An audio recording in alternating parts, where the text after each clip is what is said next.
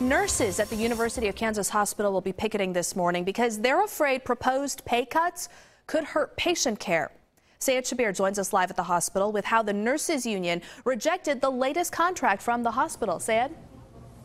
Yeah, hi, Jaja. For the first time in its history, the Kansas University Nurses Association rejected the hospital's contract for next year because they say it has too many cuts and would ultimately force high-qualified nurses to leave and could impact patient care.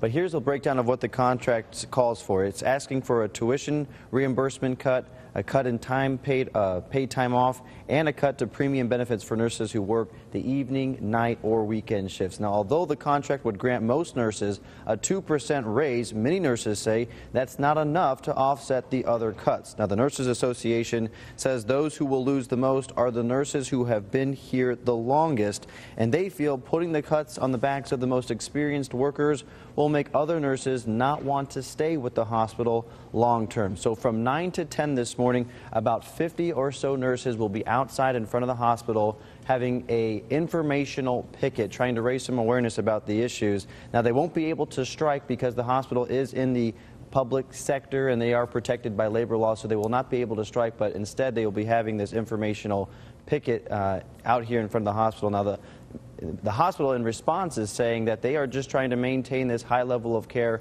without making any layoffs. And coming up in about 30 minutes, the CEO of the hospital is going to join me live on the air and kind of explain his side of where things are coming from. But that's coming up in about 30 minutes. Reporting live, KSHB 41 Action News.